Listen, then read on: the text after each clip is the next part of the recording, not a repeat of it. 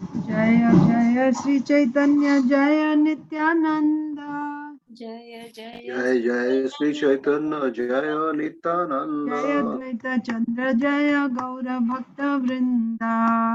Jaya Jai Dvaita Dvaita Chandra Jaya Gaura Bhakta Vrinda. Jaya Jaya Sri Chaitanya Jaya Nityananda. Jaya Jai Jaya Jai Sri Sri Chaitanya Jaya Nityananda. Jaya Dvaita Chandra Jaya Gaura Bhakta Vrinda. Jaya Dvaita Chandra Jaya Gaura Bhakta Vrinda. Jaya Jaya Sri Chaitanya Jaya Nityananda. Jai Jai Sri Chaitanya Jaya Nityananda. Jaya Dvaita Chandra Jaya Gaura Bhakta Vrinda. Jai Dvaita Chandra Jaya Gaura Bhakta Vrinda. Sri Chaitanya Charitamrita ki jai. Jai. Srila Krishnadas Kaviraj Goswami ki jai. Srila Prabhupada ki jai. Samaveta Gaur Bhakta Vrinda ki jai. Om Jnanatirandhasya Jnananjana Salakaya Chakshurunmilitam Yena Tasmai Sri Gurave Namaha. Sri Chaitanya Manobhishtam Sthapitam Yena Bhutale Swayam Rupaha Kadamahyam Dadati Swapadantikam. Namo Om Vishnupadaya Krishna Presthaya Bhutale Srimate Bhaktivedanta Swaminiti Namine Namaste Saraswate Deve Gauravani Pracharine Nirvishesha Shunyavadi Paschatya Deshatarine Jai Sri Krishna Chaitanya Prabhu Nityananda Sri Advaita Gadadhar Srivasadi Gaur Bhakta Vrinda Hare Krishna Krishna Krishna Hare Hare Hare Rama Rama Rama Hare Hare. Hare Krishna, dear devotees, welcome to Sri Chaitanya Charitamrita reading. We are reading from Sri Chaitanya Charitamrita, Adi Leela, chapter 15, Lord Chaitanya's Pauganda Leela, text 14. So, yesterday we read how Chaitanya Mahaprabhu Nimai asked his mother. He fell down in front of her lotus feet, offered Dandavat obeisances, and said, "Please give me a charity." So his mother said, "My dear son, whatever it is that you want, I'll give you. What is it?" Then he said, "Please don't eat grains on Ekadasi." So then Sachimata said, "Oh, sure, I will not eat grains from now on. I won't eat grains. This is very good." Like that. And so there also we read how Srila Prabhupada said that earlier there was this Smarta Brahmanas principle that ladies who were married, they should not observe Ekadasi. That means they should eat grains. Only widows would observe Ekadasi. But Sri Chaitanya Mahaprabhu, he is the father of Dharma. He is the one who gives us religious principles. So even from his early childhood, we see he's establishing Dharma. So he once again, he said, no, everyone should observe Ekadasi. Even married ladies also should observe Ekadasi. That was the system. And then seeing Vishwarup growing up nicely, right? He was a youth. Now Jagannath Mishra decided that he should get married. And when Vishwarup found out about this, he didn't like to get married because he was renounced always. So he left home to take sannyas. And when this happened, Sachimata and Jagannath Mishra's distress is it cannot be explained in words. So Nimai, he assured his parents, he tried to pacify them. So he would say that, don't worry, I'm there with you, right? I will stay with you, like that. So let's see what happened after that.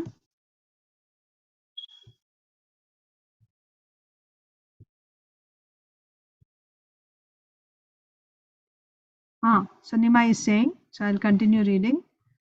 Bhalo hoilo Vishwarupa sannyasa korila, pitrakula matrakula dui uddharila.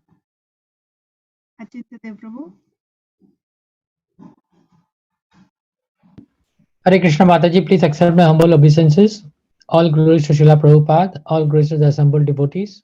Please accept my humble obeisances, Prabhuji. All glories to Srila Prabhupada. Translation. My dear mother and father, the Lord said, it is very good that Vishwarupa has accepted the sannyas order for thus he has delivered both his father's family and his mother's family. Thank you, Mataji. Thank you.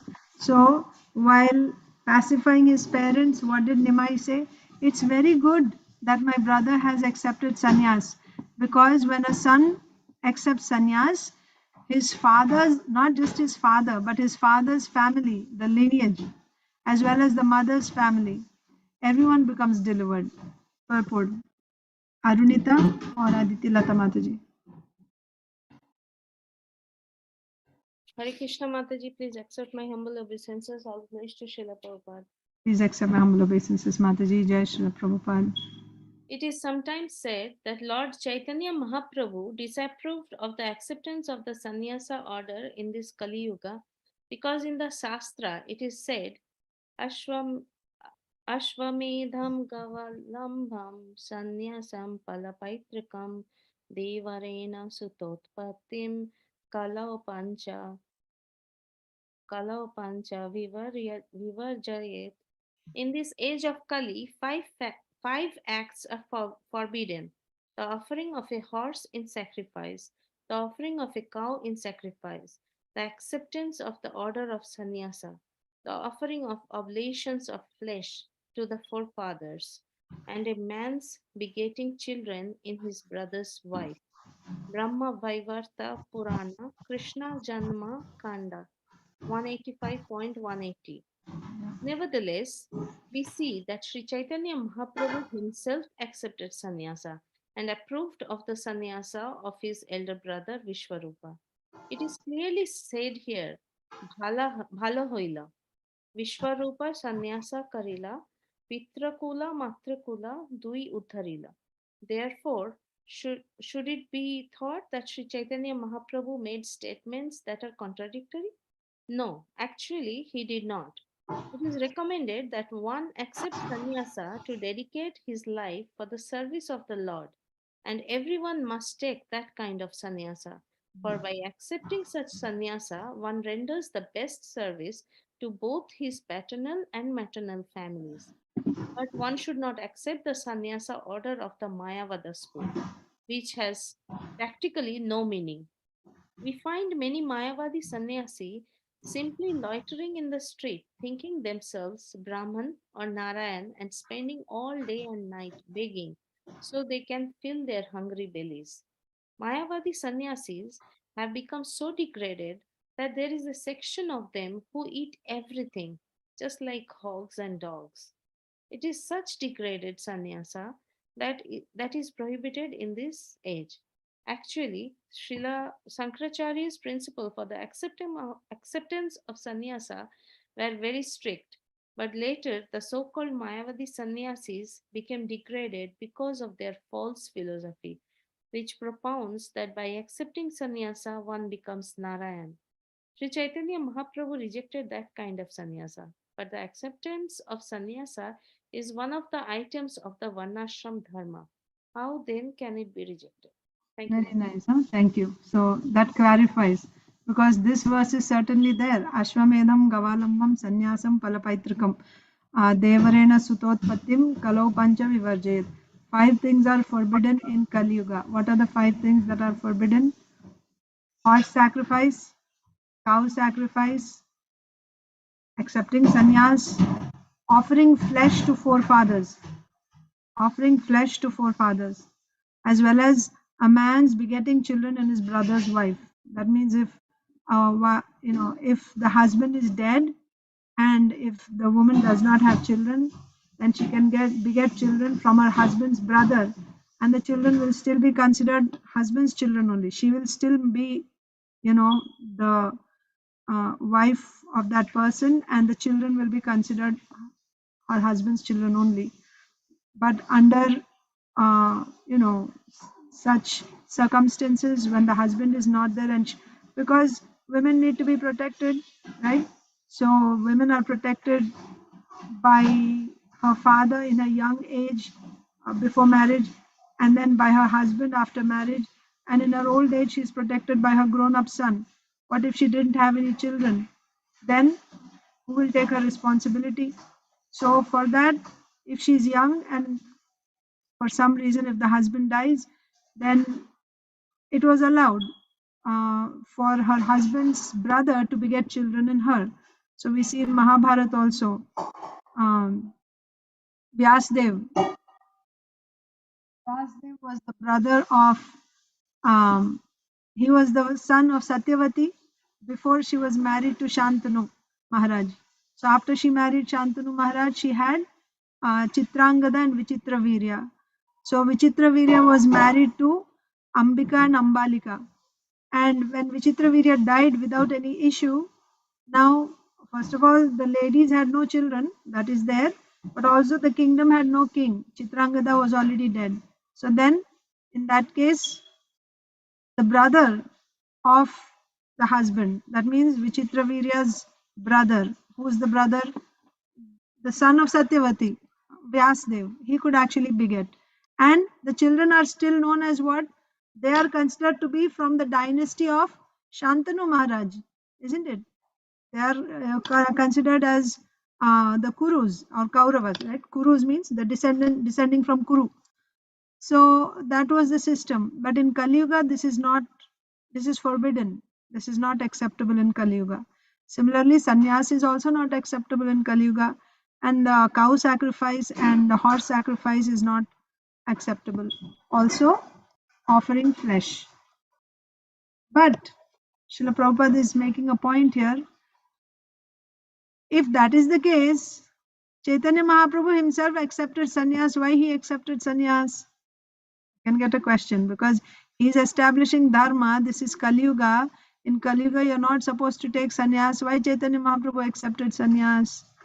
Not only that, here in this statement, this translation is saying, Mahaprabhu is telling his mother and father, it is very good that Vishwarupa has accepted the sannyas order because when one takes sannyas, both the father and mother's families are delivered.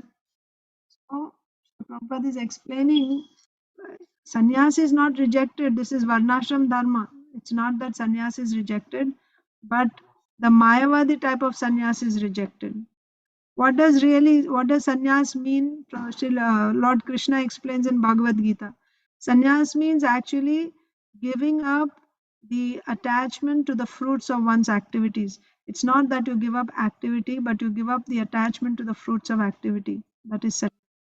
So if one is giving up, sacrificing his life for the service of the Lord, and that is actually really sannyas, that is actual sannyas. So Prabhupada is saying it is recommended that one accepts sannyas or dedicate his life. What does sannyas mean? Sannyas means dedicating one's life for the service of the Lord. That is highly recommended. It is required. Everyone must take that kind of sannyas. Because by accepting sannyas and again, what is sannyas? Dedicating one's life to the service of the Lord. When someone does this, he is rendering the best service not only to the whole society, but also the best service he can do to his parents and to the whole dynasty, to the whole lineage, which he could not have been able to do if he remained at home. Yeah, but which sannyas is rejected then? The sannyas of the Mayavad school, which has no meaning. Because what does it mean after taking sannyas? They address each other as Narayan, Namo Narayanaya. You have become Narayan by taking sannyas. That type of sannyas, no, you should not take. Srila Prabhupada is saying. Because it makes no sense. Narayan is the husband of the goddess of fortune, but now for his when he's hungry, he has to go begging from door to door. Why Narayan has to go and go begging door to door to get some food? Besides that, in the certain branches of Mayavad school, they eat meat and all kinds of things. They smoke and everything, and they call themselves sannyasis. This type of sannyas is prohibited in this age. This sannyas is not recommended. That's the point. So Mahaprabhu rejected that kind of sannyas. But the last line is, but the acceptance of sannyas is one of the items of Varnashram Dharma. How then can it be rejected? Srila Prabhupada's challenge. Amit করিব তোমা দুহার সেবন শুনিয়া সন্তুষ্ট হইল পিতা মাতার মন. Arunita. Hare Krishna Mataji. Hare Krishna. Sri Chaitanya Mahaprabhu assured his parents that he would serve them, and thus the minds of his father and mother were satisfied. So Mahaprabhu said that it's good that Vishwarup took sannyas. By this, he's delivering both his parents' families. And you don't worry that you don't have a son. I will stay with you. I will serve you. By hearing this, the parents were satisfied, pacified. Ekadina naivedya tambula khaiya, bhumite podila prabhu achetana hoya. Chatterjee Prabhu. Hare Krishna Mataji, Dandavat Pranam, all glories to Srila Prabhupada. Dandavat Pranam Prabhuji, all glories to Srila Prabhupada. One day Sri Chaitanya Mahaprabhu ate betel nuts offered to the deity, but they acted as an intoxicant, and he fell down on the ground unconscious. Yeah, so his brother Vishwarup had already taken sannyas, he left home. So this incident happened after that. So one day he ate betel nuts offered to the deity. So you offer betel nuts to the deity, but we don't eat betel nuts. Huh? It's offered to the deity. So one day Sri Chaitanya Mahaprabhu ate betel nuts offered to the deity accidentally. And then by eating that, betel nut is an intoxicant. It acted as an intoxicant. He was still a child.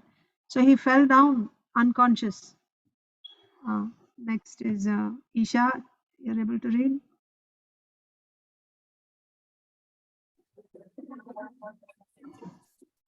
With the pepper, Yes. betel nuts are an intoxicant, and therefore the regulative principle prohibits eating them. Sri Chaitanya Mahaprabhu's last step of fainting after eating betel nuts is a solid instruction to all of us that one should not touch betel nuts, even those offered to Vishnu, just as one should not touch grains on the Ekadashi day. Of course, Lord Chaitanya Mahaprabhu's fainting had a particular purpose. As the Supreme Personality of Godhead, he can do whatever he likes and eat whatever he wants. But we should not imitate his pastimes. Yes. So many lessons here. One thing is Mahaprabhu is again teaching a lesson, right? So many lessons he's teaching. When he told his mother, don't eat grains on Ekadasi, that was an instruction. He was teaching a lesson there. And also before that we saw, right, when he went and sat on the pots. And then before that he was eating sweetmeats. I mean, he was eating dirt instead of sweetmeats. So he's giving some messages, right, through his pastimes, some instructions. So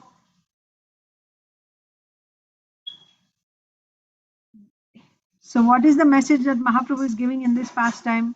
He ate betel nuts and he fainted, right? He became unconscious. So by this incident, he's teaching us that betel nuts are an intoxicant.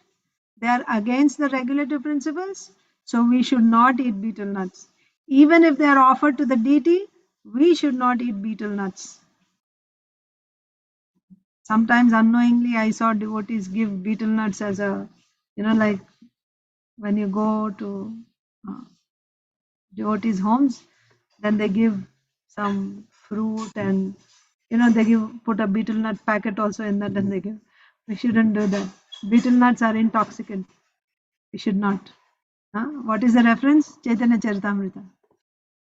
So Sri Chaitanya Mahaprabhu's pastime of fainting after eating betel nuts is a solid instruction to all of us that one should not touch betel nuts. Even those that are offered to Lord Vishnu, we cannot touch. How? Just like on Ekadasi, we offer grains to the deity, but we cannot touch grains on Ekadasi. So Lord Chaitanya Mahaprabhu's fainting, of course, there's another reason there why he fainted. And besides that, he is the Supreme Lord. He can do whatever he likes. Then you can say he ate, so we'll also eat. Well, Lord Shiva drank poison. Can we drink poison? Krishna lifted Govardhan. Can we lift Govardhan? We should not imitate Krishna. We should follow his instruction. Prabhuji, Kalpesh Prabhu. Yeah, Hare Krishna Mataji. I sometimes go to Vraj and they give that pan. In pan, Sonia is saying it is betel nut, probably powder of it.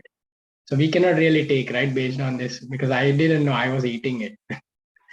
It has betel nuts in it? I not sure. There's some powder is there. I'm not fully sure what it is. Yeah, better not to eat, because like yesterday we discussed, right? You were asking about in Vallabha Sampradaya, they follow some particular system on Ekadasi. Yeah, we are not finding fault with what they are doing. But for us, our Acharya, our company's rules are this, right? Srila Prabhupada is saying here no means no, like that. And then like pan, what we can eat pan or no? No, no. Same. Betel nut, betel leaf, no, we don't eat. Okay. Yeah, but I saw it is offered to the deities, not in ISKCON temples or Gaudiya Math temples. We don't see that being offered, but in other temples, even in Bengal, I have seen to Chaitanya Mahaprabhu they were offering pan, but yeah, devotees don't accept it. I'm not fully sure. So for Vraj, what they put, I'm speculating right now that Yeah. it's powder. Okay. Right. And you cannot eat pan. It's okay. Chaitanya Mahaprabhu used to eat betel nut because remember the past times where his devotees used to Yes, that's why Prabhupada said he can do whatever he likes, he can eat whatever he likes. He's the Supreme Lord. We cannot imitate. Yes, Mataji. Okay, so continue. आस्ते व्यस्ते पिता माता मुखे दिल पानी सुस्त होया कोहे प्रभु अपूर्व काहिनी. So he was unconscious. Then what happened? What happened after that? Yes, Krishna. After his father sprinkled water on his tongue with great haste, the Lord revived and said something wonderful they had never heard before. Yes, so he was unconscious. So they were worried. They came and they sprinkled water on him, right? Trying to make him conscious. And then he revived from his, so he woke up.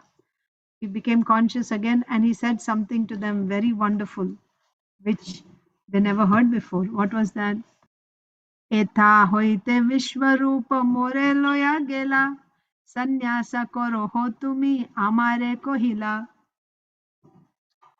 Madhava. The Lord said, Vishwarup took me away from here, and he requested me to accept the sannyas order. So this was the wonderful thing. Firstly, Vishwarup came and took Nimai away from there. So when he was unconscious, actually Nimai was taken away by Vishwarup, and Vishwarup said, "You also take sannyas. Come with me." Ami kohi amara anatha pita mata, ami balaka sannyasera, ami balaka sannyasera kiba jani kotha. Rasapriya. I replied to Vishnu, I have my helpless father and mother, and also I am but a child. What do I know about the sannyas order of life? So when Vishwarup said, "Come, you also take sannyas," I said, "How can I leave? My father and mother don't have anyone, right? You took sannyas. If I also go away, what will my parents do? They are helpless. I must stay with them. Besides, I'm only a child. What does a child know about sannyas order of life?" গৃহস্থ হইয়া করিবা পিতা মাতার সেবা ইহাতেই তুষ্ট হবে না Lakshmi Narayan. Kalpesh Prabhu. Hare Krishna Mataji, please accept my humble obeisances. All glories to Srila Prabhupada. Please accept my humble obeisances, Prabhuji. All glories to Srila Prabhupada. Later I shall become a householder and thus serve my parents. For this action will very much satisfy Lord Narayan and his wife, the goddess of fortune. Hare Krishna. Hare Krishna. Further, Nimai told his brother that I'm only a child, and then he said, when I grow up, am I going to take sannyas? When I grow up, I'll become a householder. Why? In order to serve my parents. They'll be in their old age. So when I become older, I'll become a householder and I will serve my parents. Why will I do this? This is going to serve, this is going to satisfy Lord Narayan and Lakshmi Devi, his consort, very much. Samsiddhir haritoshanam, right? If Hari is satisfied, that's the perfection of our life. Tabe Vishwarupa iha pathaila more mata ke Kohiyo koti koti namaskare. Priyanka Mataji. Hare Krishna, Mataji, please accept my humble obeisances. Vishwa Prabhupada. Please accept my humble obeisances, Mataji. Jai Srila Prabhupada. Then Vishwarupa returned me home and requested, offer thousands and thousands of obeisances unto my mother, Sachi. Yeah, koti, actually crores and crores, millions, billions of my obeisances to Sachi Devi. So Vishwarup said, when Nimai said, I'm going to serve my parents, so he brought him back. Vishwarup brought Nimai back and said, please offer my many obeisances, right? Koti namaskar to Sachi Devi, my mother Sachi Devi. Ei mata nana lila kore gaura hari ki karane lila iha bujhite na pari. Radhika Kasturi Mataji. In this way, sorry Mataji, pranams, all glories to Srila Prabhupada. Hare Krishna. Hare So Krishna in this Mataji. way, Lord Chaitanya Mahaprabhu performed various pastimes, but why he did so, I cannot understand. You can read the purport also. The Supreme Personality of Godhead and his devotees who come to this world are executing a mission, and therefore sometimes they act in a way that is very difficult to understand. It is said, therefore, Vaishnavera Kriya Mudra Vijnana Bhujiya. Even if one is very learned and intelligent scholar, he cannot understand the activities of a Vaishnava. A Vaishnava accepts anything favorable for executing his mission. But foolish persons, not knowing the purpose of such exalted Vaishnavas, indulge in criticizing them. That is forbidden. Since no one can understand what a Vaishnava does for the purpose of executing his mission, to criticize such Vaishnava is an offense called Sadhuninda. Yeah. Actually, last Saturday we were reading Chaitanya Bhagavat, and in Chaitanya Bhagavat, that pastime where Nimai and along with Nityananda Prabhu go to Shantipur, and Chaitanya Mahaprabhu chastises Advaita Acharya. So there, after the whole pastime, right, after chastising Advaita Acharya, and then Advaita Acharya is also expressing his jubilation that finally the Lord has accepted me as his servant by chastising me. At that time, Mahaprabhu made one statement: anyone who does only two things, I will deliver that person. What are those two things? One is he chants the names of the Lord, chants the Hare Krishna Mahamantra, and the other thing is he will not criticize any Vaishnava. He will chant the holy names of the Lord, and he will not blaspheme or criticize another Vaishnava, actually offend a Vaishnava. Okay? Offend a Vaishnava or criticize a Vaishnava. Then the next point he says, then who is a Vaishnava? All the unlimited living entities in the entire creation are all Vaishnavas. They are all my parts and parcels, they are all Vaishnavas. That means we cannot criticize anyone.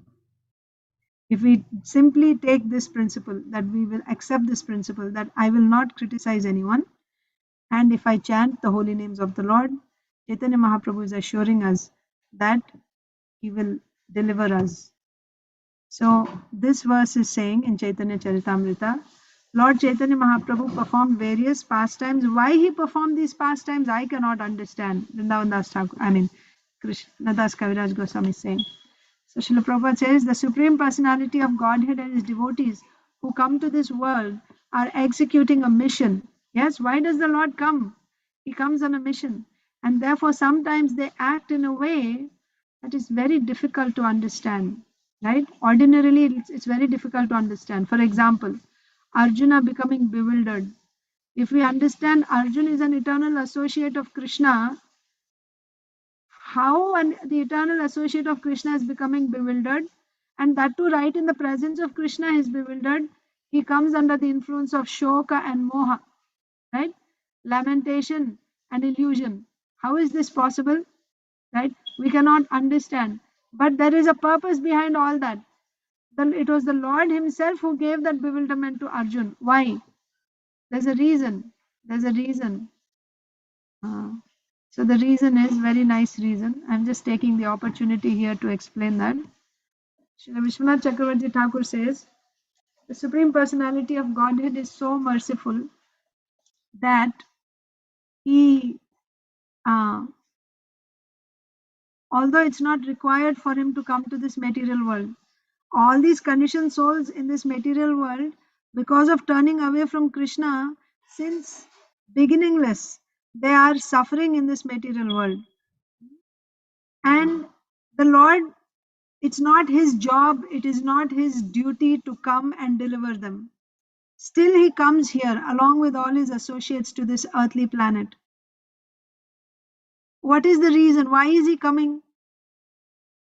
The Lord has many, many qualities, many, many Shaktis. The queen amongst all his Shaktis is his Kripa Shakti, his mercy. So he comes here because of that queen of his energies, that is Kripa Shakti, because of his mercy for the conditioned souls. And how is the Lord showing mercy to the conditioned souls? So normally with our material eyes we cannot see the Lord. Atha Sri Krishna Namadi na bhavet grahyam indriya sevan mukhe hi jivado swayameva spuratyada. Srila Rupa Goswami says. That means with these charma chakshu, charma means skin, right? Flesh. These eyes which are made of skin and flesh, these eyes are not capable of seeing the transcendental form of the Lord. These eyes don't have the capacity. But still when the Lord appears, everyone is able to see him. Even the envious people are able to see him, isn't it? Duryodhana also saw him. Everyone gets how they are able to see. If they don't have the capacity, then how they are able to see? Because of his kripa, because of his mercy, the Lord shows his transcendental form. He makes his form visible even to these material eyes which otherwise cannot see the form of the Lord. Why he is doing this? Out of his mercy for these conditioned souls who are suffering since time immemorial. And then what does he do? By showing his transcendental form, he makes them taste the nectar of his beauty. His beauty is an ocean of nectar. He makes the souls, conditioned souls, by showing his transcendental form, he makes them taste. That means when they see, they are completely charmed by his beauty. They get attracted to him. And what happens when they're attracted to the Lord like this? Up until that point, all these conditioned souls are drowning in the ocean of material existence. Bhavasagar, material existence. So by showing himself to them and attracting them by making them taste his beauty, he's actually lifting them out of this ocean of material existence, and then he drowns them, he dunks them in the great ocean of love, prema. Even those who are not qualified, imagine, Krishna is coming and is doing this to everyone, he's showing himself to everyone. This is only his mercy. Because of his mercy, he is doing this. Now, he also makes a vow. The Supreme Lord makes a vow. What is his vow? Paritranaya sadhunam vinashaya cha dushkritam. Means Shishta Raksha and Dushta Shiksha. Shishta Raksha means he gives protection to those who are obedient, right? Those who are pious. He gives them protection. And Dushta Shiksha means he punishes those who are envious. That is the Lord's vow. Why he does that? To reduce the burden of the earth. That's what we know, right? Krishna says, Yada yada hi dharmasya glanir bhavati bharata abhyuttanam adharmanam tadatmanam srijamyam. I come to reduce the burden of the earth. Whenever there is a religion, I come to re-establish the religious principles. So reducing the burden of the earth, and for that purpose killing the envious people, that is only an excuse actually. What is he actually doing to all these envious people? Who are the people that Krishna killed? Kamsa, Putana, Jarasandha, right? What happened to all these people that Krishna killed? They all got liberated. They all got liberated from the cycle of birth and death. They don't have to take birth again in this material existence. They've been in this material existence since time immemorial, suffering. And Krishna has liberated them by his punishment. So this punishment is also a gesture of Krishna's kripa, his mercy. So that means out of his mercy, Krishna comes down to this world. And when he comes down to this world, what does he do? He is attracting everyone. He's showing himself to everyone. He's attracting them towards him. And by this, he's drowning them in the ocean of love. And those who are escaping that, those who are envious of him, by punishing them, he's liberating them. That means practically he's delivering everyone in this world when he comes, isn't it? Then there's a question, what will happen to those people that will come into this world after he leaves? Doesn't he have mercy for those people? He only has mercy for the people that are here in this world when he comes. So no, it's not like that. He has mercy for even those people that will take birth after he winds up his pastimes on this earth. So how does that mercy manifest? So here, just like a father, right? When the father is alive, he's always making arrangements for the children, isn't it? Or for their education, I should save some money and, whatever, like that. And then in case I die, then after my death, how my family is going to survive, he'll make some arrangements for that also, isn't it? Fathers are thinking like that. Similarly, Krishna, being the Supreme Lord, Supreme Father, Supreme Master, he also thinks like that. Now I'm here, I'm delivering everyone, I'm taking care of everyone. But after I leave, he's thinking what should be done. Therefore, Krishna gives this Shoka and Moha to Arjun so that in that Shoka and Moha, now Arjun will ask questions. And to answer those questions, Krishna will speak the Bhagavad Gita, and that Bhagavad Gita will stay here behind even after Krishna goes. And this Bhagavad Gita will show path to all these suffering souls. Anyone who takes shelter of Bhagavad Gita, he will become delivered. So this Bhagavad Gita is Krishna's mercy. Now, will we understand this? Normally, we won't understand, isn't it? We won't understand. So therefore, why Krishna gave this illusion to Arjun? Or why Arjun became bewildered? Right? We may not understand, but the Lord comes with a mission. In essence, his mission is nothing but his mercy towards all the suffering souls. So, I just remembered that. That is actually in the very beginning of Srila Vishwanath Chakravarti Thakur's commentary on Bhagavad Gita, the very first verse. So here, the Supreme Personality of Godhead and his devotees who come to this world are executing a mission. Also, so many points are there. Like Srila Prabhupada was put through so many difficulties, right? We don't understand why, right? But there's a mission. There's a mission that the Lord is executing, and the devotees are also executing. And therefore, sometimes they act in a way that is very difficult to understand. It is said, therefore, Vaishnavera Kriya Mudra Vigyeha na bujhai. Even if one is a very learned and intelligent scholar, he cannot understand the activities of a Vaishnava. We cannot understand why they're doing, unless it is revealed to us by another great Vaishnava. So our acharyas are really opening up the riddles and telling us why things happen. So a Vaishnava accepts anything favorable for executing his mission. But foolish persons, not knowing the purpose of such exalted Vaishnavas, indulge in criticizing them. So, why are we discussing here? What happened here? Chaitanya Mahaprabhu glorifying sannyas, right? He's glorifying sannyas.